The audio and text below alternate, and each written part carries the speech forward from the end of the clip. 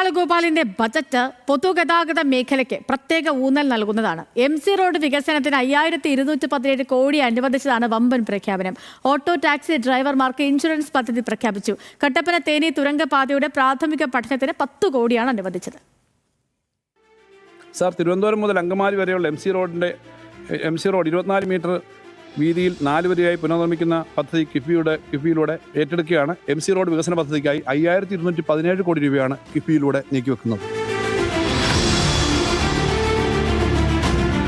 തിരുവനന്തപുരം മുതൽ അങ്കമാലി വരെയുള്ള MC road 24 മീറ്ററിൽ 4 വരിയായി വികസിപ്പിക്കുമെന്ന പ്രഖ്യാപനമാണ് സംസ്ഥാന ബജറ്റിലെ റോഡ് വികസന പദ്ധതികളിൽ ഏറ്റവും പ്രധാനപ്പെട്ടത്.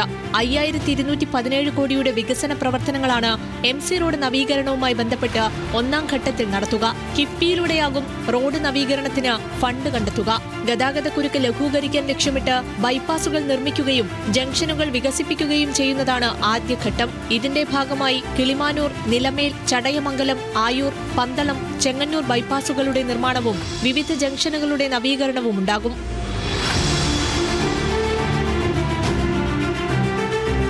കേരളത്തിന്റെ അതിവേഗ റെയിൽപാത എന്ന സ്വപ്ന പദ്ധതിക്ക് പുതിയ രൂപം നൽകുകയാണ് സംസ്ഥാന സർക്കാർ. തിരുവനന്തപുരം മുതൽ കാസർഗോഡ് വരെ 583 കിലോമീറ്റർ നീളത്തിൽ റീജിയണൽ റാപ്പിഡ് ട്രാൻസിറ്റ് സിസ്റ്റം നടപ്പിലാക്കുന്നതിന്റെ പ്രാരംഭഘട്ട പ്രവർത്തനങ്ങൾക്കായി 100 കോടി രൂപ ബജറ്റിൽ വകയിരുത്തി.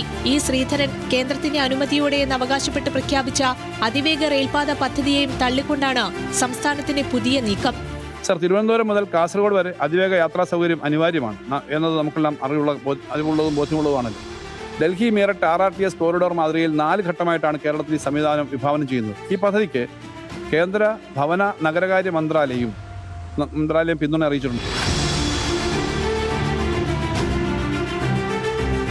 കട്ടപ്പന മുതൽ തേനി വരെയുള്ള തുരങ്കപാത പഠനത്തിന് 10 കോടി മാറ്റിവെച്ചത് മലയോര മേഖലയുടെ വികസനത്തിനും ഊന്നൽ നൽകുന്നതാണ്.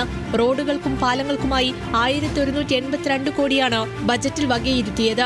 റോഡ് ഡിസൈൻ നിലവാരമുയർത്താൻ 300 കോടി മാറ്റിവെച്ചു. ഉൾനാടൻ ജലഗതാഗത വികസന പ്രവർത്തനങ്ങൾക്കായി 138 കോടിയാണ് ബജറ്റ് വിഹിതം. കൊച്ചി മെട്രോ 2ാം ഘട്ടത്തിന് 79.3 കോടി അനുവദിച്ചപ്പോൾ ശബരിമല ഗ്രീൻഫീൽഡ് വിമാനത്താവള പദ്ധതിക്കായി 4.96 കോടി വകയിരുത്തി.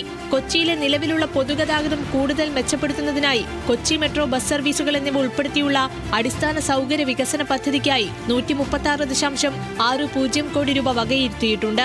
സംസ്ഥാനത്ത് 898 കിലോമീറ്റർ റോഡുകൾ 4 വരിപ്പാതയായും 3193 കിലോമീറ്റർ റോഡുകൾ ഇരുവരിപ്പാതയായും നവീകരിച്ചതായി ധനമന്ത്രി സഭയിൽ വ്യക്തമാക്കി. News desk, news Malayalam.